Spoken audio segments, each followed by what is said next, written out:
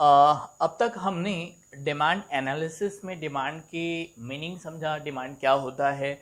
उसके अलावा हमने इंडिविजुअल डिमांड शेड्यूल स्टडी किया, मार्केट डिमांड शेड्यूल हमने स्टडी किया, ग्राफिकली हमने इन टेबल्स को प्रेजेंट किया, किस तरह हम ग्राफ को बनाते हैं। हमने साथ ही साथ पढ़ा था कि डिमांड और प्राइस के जो रिलेशन होता है वो एक इन्वर्स रिलेशनशिप होता है।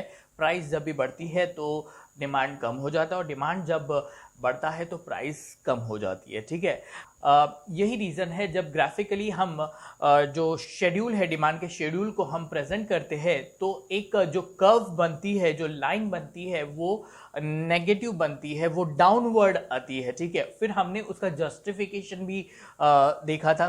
5 पॉइंट हमने सीखे थे जस्टिफिकेशन में कि क्यों उसकी जो स्लोप होती है वो नेगेटिव स्लोप होती है। आज का हमारा टॉपिक है डिटर्मिनेंट्स ऑफ डिमांड, मतलब वो फैक्टर्स जो डिमांड को इफेक्ट करते हैं, जिसकी वजह से इधर डिमांड बढ़ती है या कम होती है। ठीक है, सो डिटर्मिनेंट्स ऑफ डिमांड, ठीक है, हम इसको कहते हैं factors affecting demand, factors affecting demand, factors affecting demand. ठीक है, फर्स्ट हमारा जो फैक्टर है वो है प्राइस। ये बहुत ही इंपॉर्टेंट फैक्टर है जिसकी वजह से डिमांड कम या ज्यादा होती है। ठीक है, सो प्राइस के बारे में हमने पढ़ा था कि प्राइस से डिमांड कम और ज्यादा कैसे होती है। प्राइस अगर बढ़ेगी तो डिमांड कम होगी। ठीक है, और प्राइस अगर कम होगी तो डिमांड बढ़ेगी। तो इसके बारे में हमने पढ़ा था कि ये एक इनवर्स रिलेशनशिप होती है। ठीक है, जब भी हम प्राइस और डिमांड को फैक्टर बना के हम जब उसे ग्राफ बनाते हैं तो जो लाइन हम अराइव करते हैं, डिमांड की जो कर्व अराइव करते हैं वो नेगेटिव स्लोप होता है और उसका जो रीजन है वो है inverse relationship between this two factors. ठीक है, सो प्राइस एक फैक्टर है जो डिमांड को कम या ज्यादा करता है। ठीक है, नेक्स्ट हम बात करते हैं इनकम की।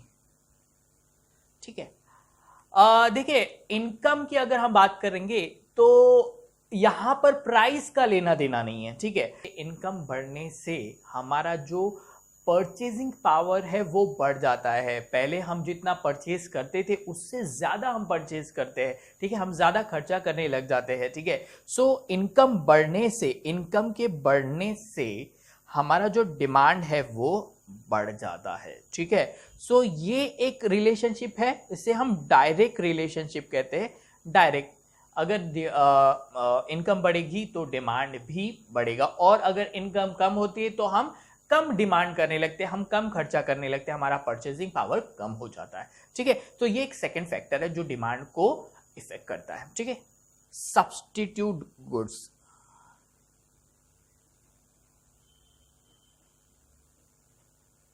देखिए सब्स्टिट्यूट गुड्स के बारे में मैंने बताया था कि ऐसा गुड जिसका हमारे पास ऑल्टरनेट होता है। अगर एक गुड हमारे पास नहीं होता है तो हम दूसरे गुड्स का कंजम्पशन करते हैं।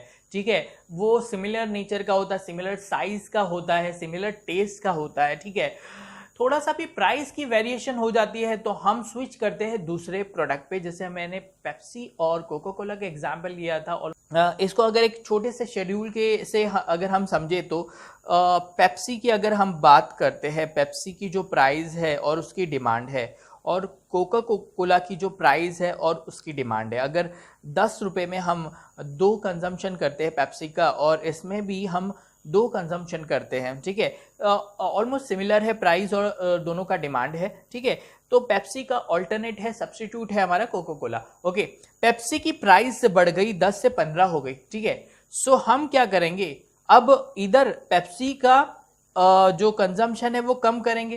पेप्सी का कंजम्पशन कम करने की बजाय हमारे पास एक और ऑल्टरनेटिव है कि हम कोको कोला पे स्विच करें, क्योंकि कोको कोला की जो प्राइस है वो कम नहीं हुई है। ठीक है, अगर मैं पेप्सी को ही कंटिन्यू करता तो मुझे जो पेप्सी की जो क्वांटिटी है वो अब कम मिलेगी। ठीक है, सो गौर कीजिए, अगर पेप्सी की प्राइस बढ़ रही है तो हम क्या करेंगे, हम कोको कोला पे स्विच करेंगे, हम कोको कोला की ज्यादा डिमांड करेंगे, ज्यादा डिमांड करेंगे। कोको कोला का जो डिमांड है वो बढ़ जाएगा, लेकिन उसका प्राइस तो कांस्टेंट है, ठीक है। पहले 10 रुपये था, अभी भी 10 रुपये है, लेकिन कोको कोला खुद रियलाइज कर रहा है कि उसका जो सेल है वो ड्रास्टिकली बढ़ गया है। क्यों बढ़ गया? क्योंकि उसका जो कॉम्पिटिटर है प्राइस उसने बढ़ा दिया है, जिसकी वजह से जो कंज्यूमर है वो शिफ्ट हो गया है, ठीक है। सो सब्स्टिट्यूट गुड में एक गुड्स का जब प्राइस बढ़ता है तो सब्स्टिट्यूट का जो डिमांड है वो बढ़ जाता है, ठीक है। सो ये एक डायरेक्ट रिलेशनशिप है। अगर पेप्सी का प्राइस बढ़ता है, पेप्सी का प्राइस बढ़ता है तो कोको कोला का जो डिमांड है वो भी बढ़ जाएगा। देखिए एक डायरेक्ट रिलेशनशिप, ठीक है। सो डिमांड पे फर्क पड़ रहा है, ये एक सब्स्टिट्यूट गुड है। तो अभी तक हमने प्राइस पढ़ा, फर्स्ट जो फैक्टर्स प्राइस है, सेकंड हम इनकम की बात की थी, थर्ड था सब्स्टिट्यूट गुड्स, ठीक है। नेक्स्ट फोर्थ की अगर हम बात करें तो कॉम्प्लीमेंट्री गुड।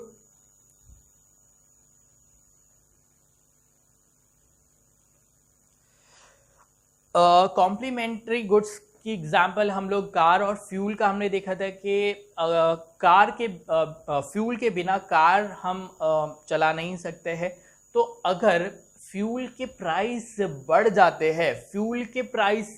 जाते हैं तो उसका इफेक्ट कार की डिमांड पर पड़ जाएगा, ठीक है। कार और फ्यूल, ठीक है। अगर फ्यूल के प्राइस बढ़ेंगे तो कार का डिमांड कम हो जाएगा, ठीक है। और अगर फ्यूल के प्राइस कम होंगे तो कार का डिमांड बढ़ जाएगा, ठीक है। तो ये एक इनवर्स रिलेशनशिप है इन दोनों के बीच में, कॉम्प्लीमेंट्री गुड्स के बीच में, ठीक है। साइज ऑफ पॉपुलेशन, देखिए साइज ऑफ पॉपुलेशन, अगर पॉपुलेशन ही बढ़ रही है तो जो डिमांड है वो ऑटोमेटिकली बढ़ेगा। उस जगह आपका प्राइस का लेना देना है, भले से प्राइस आपकी कांस्टेंट रहे, प्राइस कांस्टेंट है आपकी, लेकिन पॉपुलेशन की वजह से आपका जो डिमांड है वो बढ़ रहा है। पॉपुलेशन बढ़ेगी, डिमांड बढ़ेगा, एक डायरेक्ट रिलेशनशिप है पॉपुलेशन और डिमांड का, ठीक है। 6 है नेचर ऑफ प्रोडक्ट, ठीक है। इसमें 2 कैटेगरी आता है, ठीक है।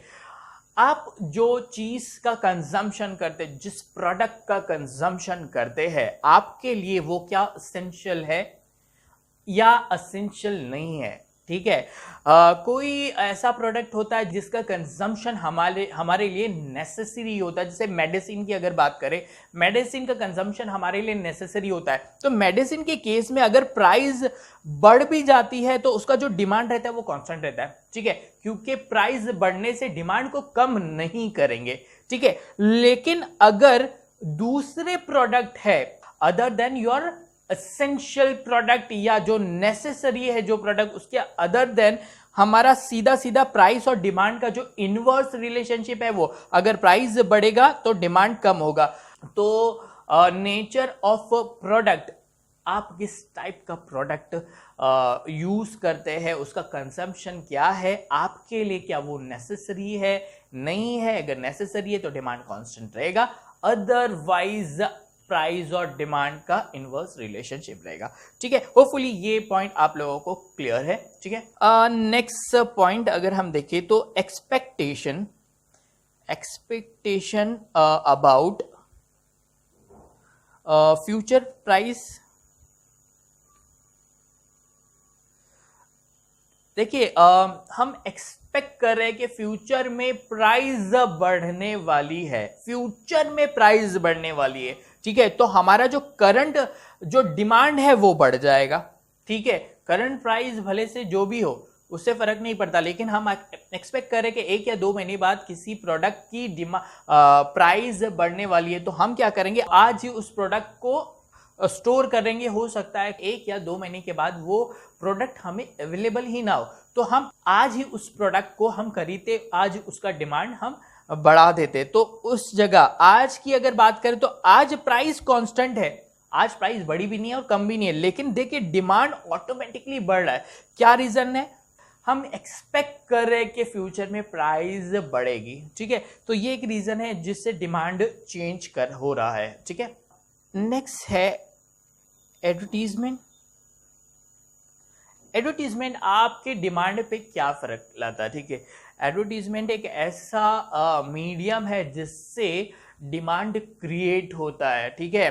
अक्सर देखा जाए कि हम किसी पर्टिकुलर प्रोडक्ट की डिमांड नहीं करते, लेकिन कंटिन्यूअसली हमारे सामने उसकी एड आती है। हम कहीं भी जाते हैं तो उसकी होर्डिंग हमें दिख जाती है, हम टीवी पे रहते हैं तो हमारे सामने उसकी एड आ जाती है।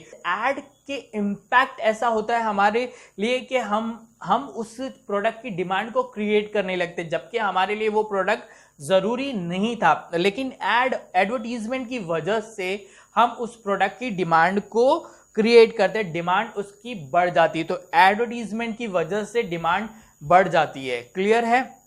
नेक्स्ट अगर हम टेस्ट की बात करते हैं, टेस्ट, हमारा जो टेस्ट है, हमारी जो हैबिट्स है, हमारी जो हॉबीज है, हमारे जो प्रेफरेंसेस है, उससे डिमांड पे क्या फर्क पड़ेगा। अगर हमारा टेस्ट बढ़ रहा है, अगर हमारा टेस्ट किसी प्रोडक्ट पे बढ़ रहा है तो ऑफ कोर्स हम उसकी डिमांड ज्यादा करेंगे।